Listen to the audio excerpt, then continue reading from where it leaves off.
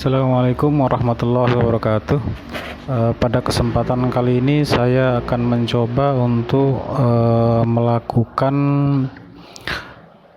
koneksi atau membuat sebuah koneksi materi modul 2.3 terkait dengan coaching untuk supervisi akademik. Baik, yang pertama mungkin di sini bagaimana pengalaman pembelajaran yang baru saya peroleh ini. Untuk pembelajaran coaching ini sangat luar biasa sekali. Kenapa seperti itu? Karena proses coaching ini sangat membantu sekali terhadap rekan-rekan sejawat, atau yang paling penting di sini adalah siswa sendiri dalam mengatasi permasalahannya, sehingga permasalahan tadi bisa dicari solusinya oleh siswa sendiri atau rekan sejawat dengan cara men-trigger atau dengan cara membuat pertanyaan-pertanyaan sehingga terjadi pada siswa atau rekan sejawat akan timbul rasa atau timbul pemikiran-pemikiran yang terstruktur untuk menyelesaikan permasalahannya. Kemudian pengalaman-pengalaman dalam belajar, saya merasakan sangat luar biasa sekali, sangat bahagia, terutama dalam bagaimana membuat pertanyaan berbobot, kemudian bagaimana menjadi pendengar yang baik. Itu sangat luar biasa sekali pengalaman itu. Kemudian dalam proses pembelajaran, kaitannya dengan profesi saya sebagai guru, proses coaching atau coaching ini sendiri itu akan sangat membantu dalam pemecahan permasalahan pembelajaran. Misalkan ketika dalam pembelajaran ada siswa yang kurang semangat atau apa, itu perlu digali dulu permasalahannya seperti apa. Nah, untuk membuat siswa tersebut bisa bertanggung jawab terhadap permasalahannya atau tindakan yang akan diambil tadi, itu lewat proses coaching itu sangat luar biasa, sangat pas sekali untuk dilakukan untuk menyelesaikan permasalahan siswa tersebut. Kemudian hal yang saya sering pikirkan ini terkait dengan coaching ini, terutama saya baru mendapatkan pengalaman baru dan sering menjadi pertanyaan dan sering menjadi diskusi juga terhadap dengan kawan-kawan JGP, terutama ini sih kita melakukan coaching dengan coach sendiri menguraikan atau menyampaikan permasalahannya, tetapi si coach sendiri yang mencari solusinya. Itu sih yang paling sering kami diskusikan, sehingga muncul hal-hal pemikiran dari kami. Berarti seorang coach itu memang betul-betul bisa menggali potensi pada coach, membuat alur sebuah pertanyaan yang kritis. Kalau pertanyaan yang betul-betul disusun dengan rapi sehingga memunculkan ide atau menggali kemampuan si coach tersebut.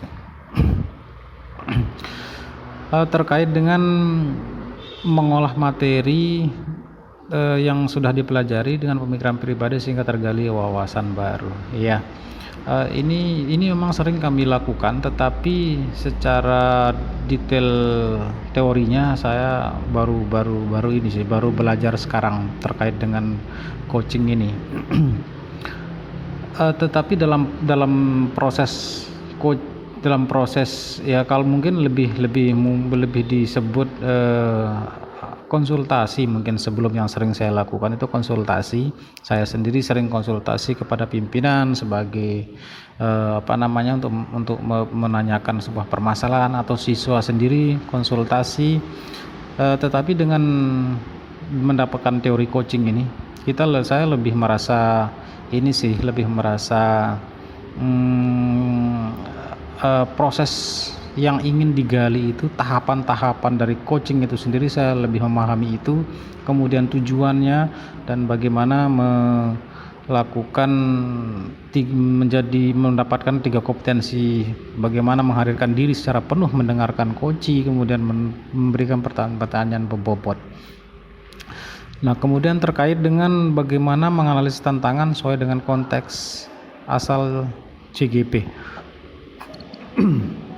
Baik, kalau saya lihat di tempat saya bertugas, coaching ini masih awam mungkin ya. Ada beberapa mungkin yang sudah paham coaching, tetapi tidak mayoritas mungkin masih asing. Mungkin yang paling banyak diketahui oleh teman-teman guru atau mungkin masyarakat di sekolah saya bertugas itu lebih ke konsultasi ya, atau lebih ke konseling ya, lebih ke konseling. Nah, terkait dengan konseling itu mungkin agak jauh sekali kalau kita bandingkan dengan coaching ya, karena konseling itu yang memberikan konseling lebih memberikan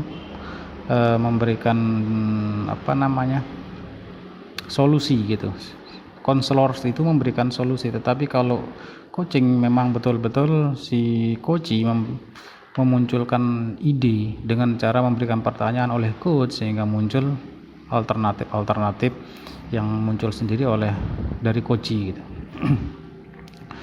Nah, kemudian tantangan apa yang dihadapi yang akan diidentifikasi mungkin di sini terkait dengan mungkin saya lebih sering melakukan diskusi, saya juga sendiri untuk berlatih terus menerus sehingga lebih matang lagi kemampuan coachingnya. Nah, nanti kemudian baru selanjutnya banyak berdiskusi, berbagi pengalaman dengan teman-teman yang lain.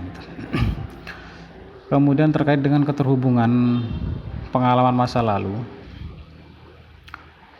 coaching ini seperti yang sebelumnya saya sampaikan, di sebelumnya mungkin lebih ketika terjadi komunikasi antara seseorang yang menyampaikan permasalahan atau kita sering sebutnya curhat, mungkin sifatnya sebuah konseling atau sebuah bertukar pikiran yang tidak ada tujuan, dalam artian tidak perlu ada tujuan, kemudian tidak terbatasi waktu, pertanyaan yang ditunjukkan sehingga komunikasinya melebar ke sana kemari.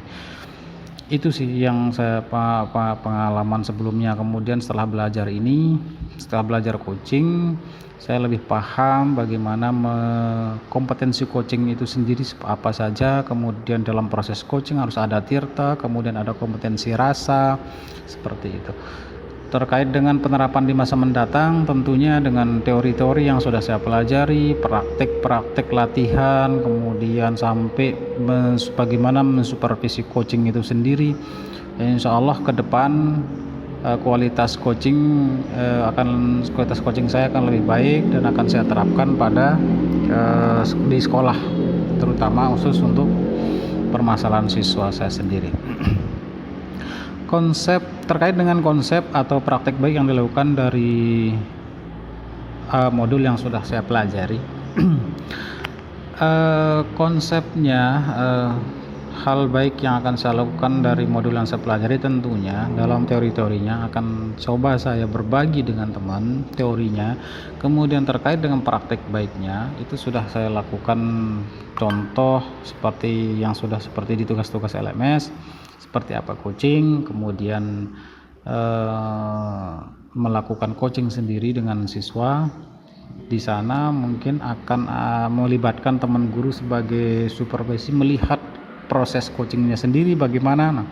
Sehingga nanti yang diharapkan akan muncul ketertarikan seorang guru dalam melakukan coaching sendiri, sehingga siswa tersebut betul-betul muncul kesadaran yang dari dirinya sendiri dengan nilai-nilai yang dia anggap yang nilai-nilai yang ada pada dirinya sendiri.